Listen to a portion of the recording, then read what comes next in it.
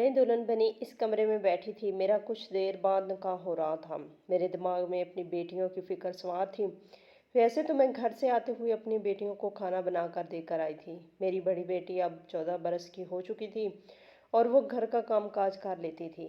جب بھی میں 3 روز کے لیے گھر سے غائب ہوتی، بیٹی کو سمجھا دیتی، وہ گھر کا سارا کام سنبھال لیتی اور اپنی چھوٹی دونوں بہنوں کو کھانا وغیرہ بھی بنا کر دیتی تھی۔ مگر میں ماں تھی، فطری طور پر میرے دماغ میں پھر بھی ان کی فکر سوار تھی۔ میرا وہ مسلسل ہر دوسرے تیسرے دن گھر سے غائب ہونا میرے ارد گرد والوں کو اور بچوں کو ٹھٹکا رہا تھا۔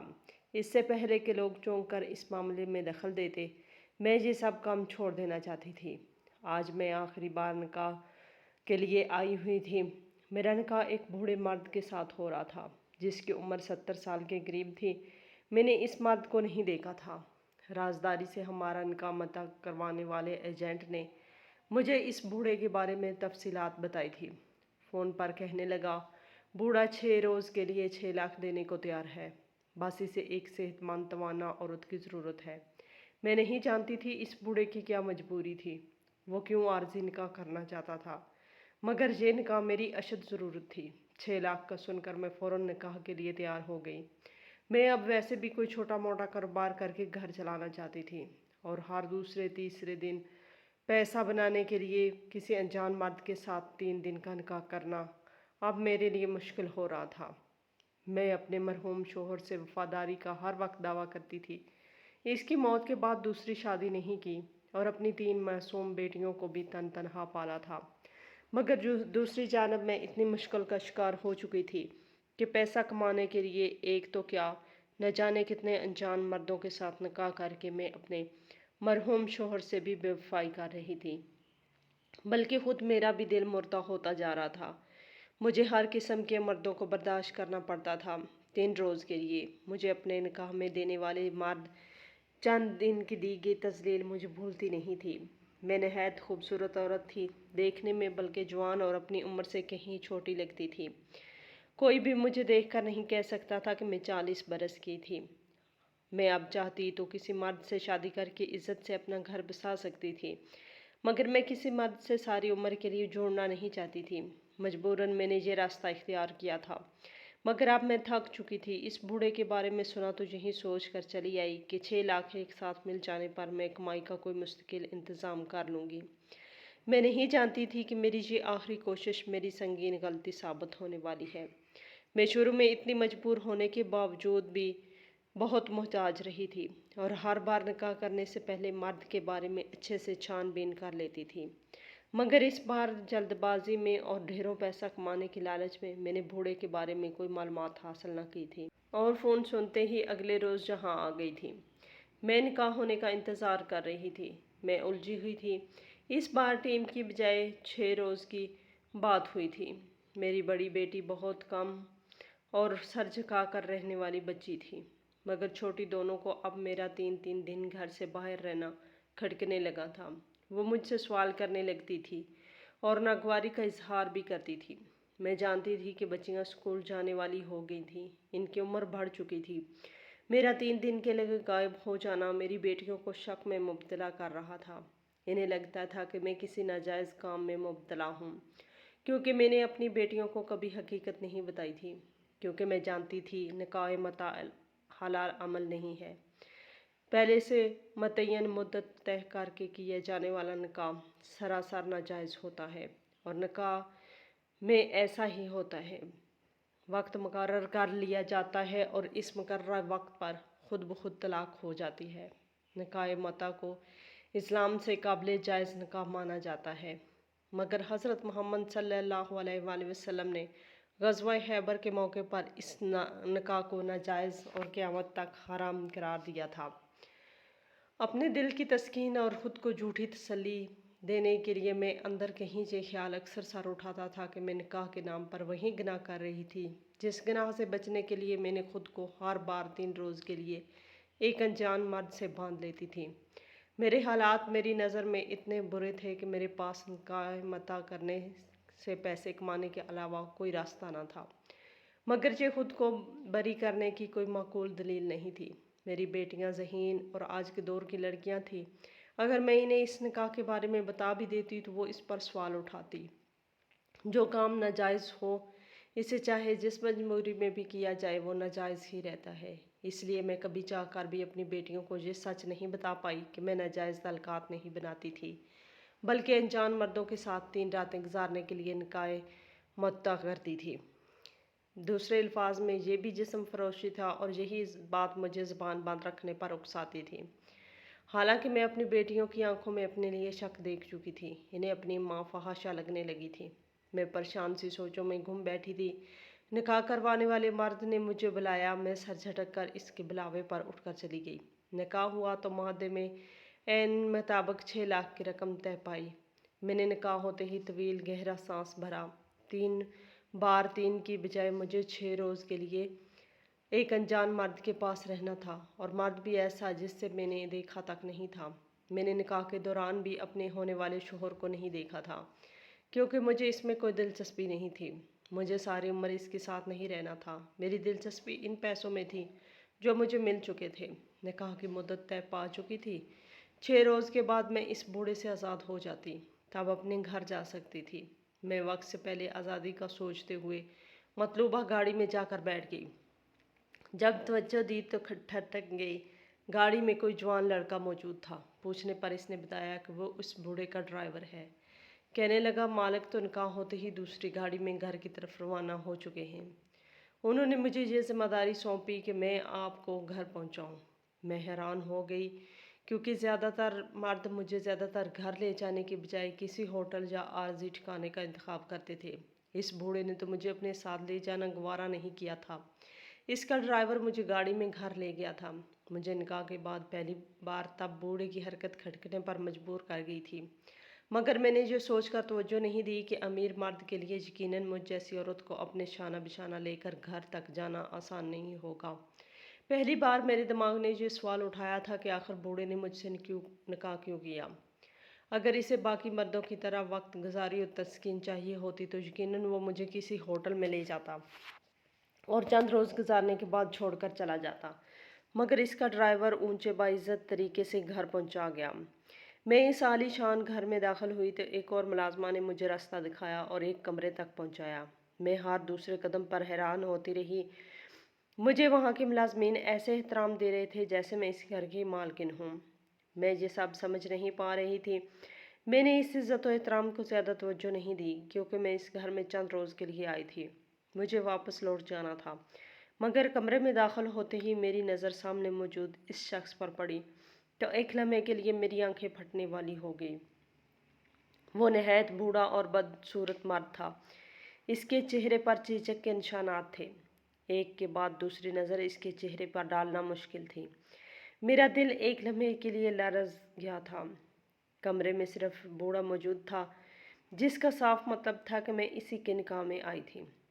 मुझे अब इसके सामने न आने की हरकत समझ आई थी। वो नहीं चाहता था कि मैं इसे देखकर खौफ का शिकार हो जाऊं। बूढ़े ने मुझे बैठने का कहा तो मैं हवास बाख्ता से सर झुकाकर एक तरफ बैठ गई।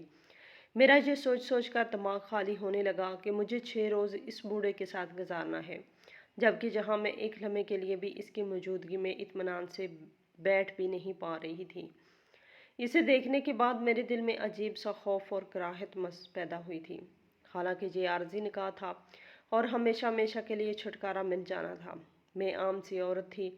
मैंने हर मर्द की शक्ल सूरत वाले मर्द के साथ गुजारा किया था, मगर इस बूढ़े के चेहरे पर अजीब से निशानात थे जो इसे बहुत खौफनाक बना रहे थे। मैं जो 6 रोज़ इसके साथ गुजारने का सोच कर आई थी, नहीं जानती थी कि कितनी बड़ी गलती कर आई थी और अब मेरा क्या अंजाम होने वाला था। अगर मुझे ज़रा भी अंदाज़ा होता तो शायद मैं इस घर में कदम रखने से पहले ही भाग जाती। बूढ़े ने मुझसे चंद बातें की। कहने लगा, मैं बहुत असूल परस्त इंसान हूँ। ना मैं अपनी मर्ज़ी के ख़िलाफ़ कोई काम बर्दाश्त करता हूँ और ना ही मैं अपनी बात की नफ़ी बर्दाश्त कर सकता हूँ। बोला, अगर मेरी बात से इनकार किया जाए तो मैं सख्त तरीन सज़ा देता हूँ। मैं बिल्कुल रहम नहीं खाता, इसलिए मैं तुम्हें पहले ही रोज़ ये बावर करवा रहा हूँ कि मैं तुम्हें जैसा कहूँ तुम वैसा ही रहना होगा। मेरी बात से इनकार करने की गलती मत करना।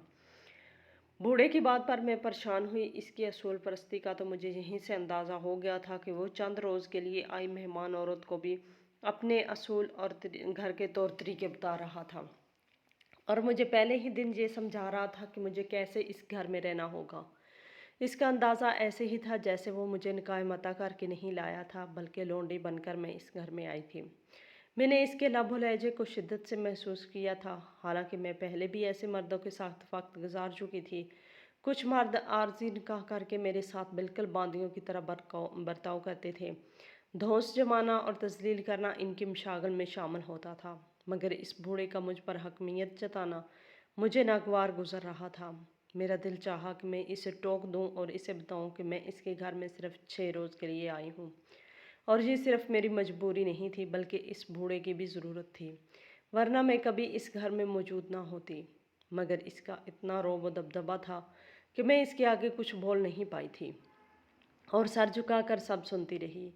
मैं तब इसकी बातों का मतलब नहीं समझ पाई थी। मेरा दिमाग तो अपने घर पर अटका हुआ था और मैं जल्द से जल्द यहाँ से आज़ाद होने का सोच रही थी। मुझे तलाक की कोई फ़िक्र नहीं थी।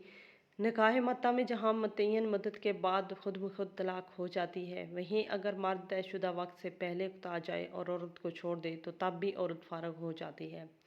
मैं दिल में दुआ करने लगी कि इस मर्द का मुझसे जल्द दिल भर जाए। हालांकि मेरी ये सोच बिल्कुल नामुमकिन थी। मैं बेहद खूबसूरत और जवान औरत थी। मुमकिन ही नहीं था कि इस बूढ़े जैसे बदसूरत मर्द मुझे वक्त से पहले आज़ाद करता।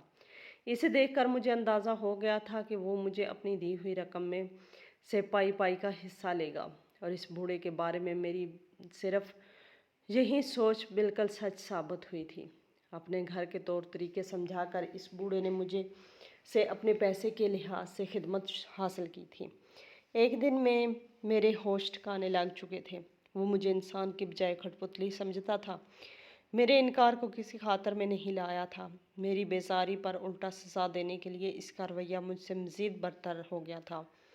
ऐसे महसूस हो गया था कि मैं इससे कराहत का शिकार हूँ। ये बात बूढ़े के लिए तौहीन साबित हुई थी। वो पहले रोज़ मुझ पर कुछ मेहरबान हुआ, मगर इसके बाद इसके अंदाज में सख्ती आती चली गई। वो मुझसे बात ऐसे करता जैसे मैं इसकी ज़र खरीद गुलाम हूँ। मेरी उकताहट बढ़ रही थी। बूढ़े का रवैया दिन ब दिन अजीब होता जा रहा था। इसके मनतनफर रवैये के बरक्स जब इसने मेरे लिए खूबसूरत और शोख रंगों के लिबास मंगवाए तो मैं ठटक गई। चंद रोज़ के लिए आई औरत के लिए आखिर वो मर्द ये सब कुछ क्यों कर रहा है, जबकि इसका रवैया मुझसे इतना सख्त होता था। मगर कहने लगा, मैं तुम्हें अच्छे और खूबसूरत लिबास में देखना चाहता हूँ। मैं बहुत हसीन थी। मेरी खूबसूरती की वजह से वो बूढ़ा मुझे मज़ीद सजाने और श्रृंगार करवाने में दिलचस्पी लेने लगा। बूढ़े की फरमाइश पर मैं घबरा गई। मुझे इससे इतनी उलझन होने लगी थी कि मैं इसकी खातिर बेहतरीन लिबास पहनने के तसव्वुर से ही डरने लगी थी। मुझे इस बूढ़े से अपने हुस्न की ना तो तारीफ़ चाहिए थी और ना ही मुझसे इसका सराहना बर्दाश्त होता था। मगर अब मैं जानती थी कि अगर मैंने इस बूढ़े को इनकार किया तो इसका नतीजा अच्छा नहीं निकलेगा। इसलिए बिना बहस किए मैंने अगली बार लिबास पहन लिया, और नहायत महंगा ग्रे रंग का खूबसूरत लिबास था। खूबसूरत लिबास तन करते ही मेरा हुस्न और दिलकशी मज़ीद निखर कर सामने आ गई। अपने शौहर की वफ़ात के बाद मैंने बेवकूफ़ी में तमाम हल्के रंगों के लिबास पहने थे। मेरा लिबास सादा और बहुत सस्ता होता था। मैं एक बदरंग से चादर ओढ़े रखती थी। हर बार जब मैं पैसों की खातिर निकाह मता करती थी तो इसके लिए एक ही मेहरून रंग का लिबास रखा हुआ था। हर बार वही लिबास पहन पहन कर अब वो लिबास भी अपना रंग खो चुका था। बूढ़ी का दिया लिबास पहनकर मैं बहुत खूबसूरत लगने लगी थी। वो मुझे मरूब नज़रों से देखने लगा था। फिर मुस्कुराते हुए अजीब से लहजे में बोला, मैंने तुम्हें बगैर किसी वजह के लिए नहीं चुना था। कहने लगा, इस एजेंट ने तुम्हारी तस्वीर दिखाई तो तुम्हारा यही हुस्न और कशिश मुझे मजबूर कर गई थी। मैं तुम्हें इतनी महंगी कीमत देकर अपने घर ले आया हूँ।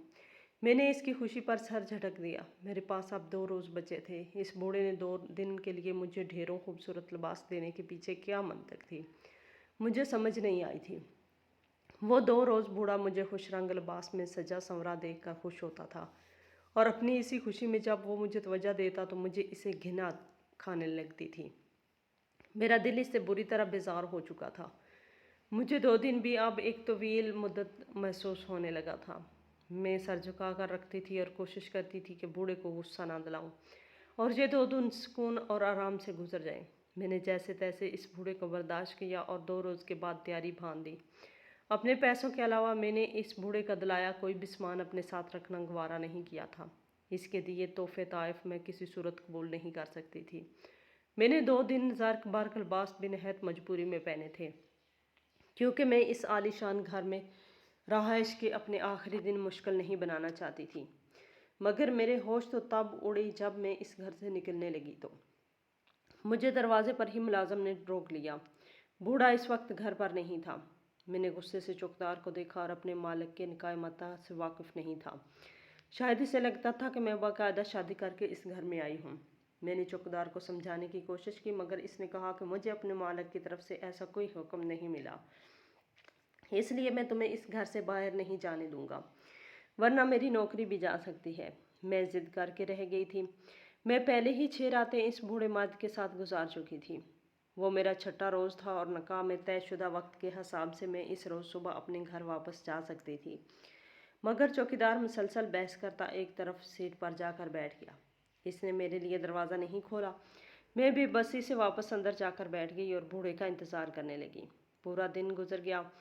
जबकि वो बूढ़ा घर लौटा तो मैंने संजीदगी से दरख्वास्त की कि अपने चौकीदार को बोल दे कि वो मुझे घर से जाने दे।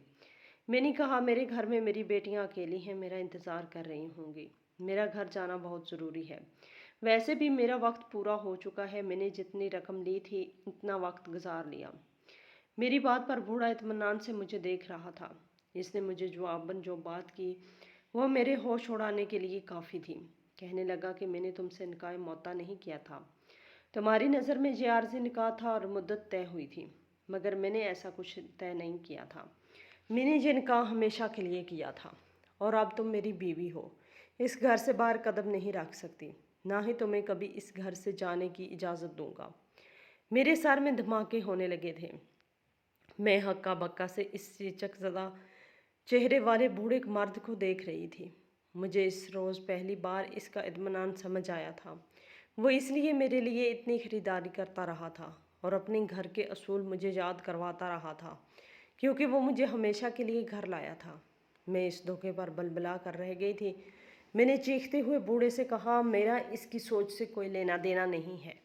मैंने पैसों पर निकाह मुद्दा किया था। मेरी 3 मासूम बच्चियां हैं, मुझे इनको पालना होता है। मैंने कहा, हमें तुम्हारी सोच की पाबंद नहीं हूँ। अगर तुम्हें मुझसे हमेशा के लिए निकाह करना है तो इसके लिए मुझे बाकायदा रिश्ता भेज कर निकाह के लिए आमादा करना होगा। मेरी बात पर बूढ़ा ज़ोर से हंस पड़ा। कहने लगा कि अब मुझे धमकाने का कोई फ़ायदा नहीं है। निकाह करके तुम आ चुकी हो। मेरे मुलाजमीन गवाह हैं कि मैं तुम्हें अपनी बीवी बनाकर इस घर में लाया हूँ। पहले रोज़ से ही मैंने इन सब को कह दिया था कि अब इस घर की मालकिन तुम हो। अगर तुम चाहो तो निकाहनामा भी उठाकर दे सकती हो। इस पर कोई मुद्दत तय नहीं हुई थी।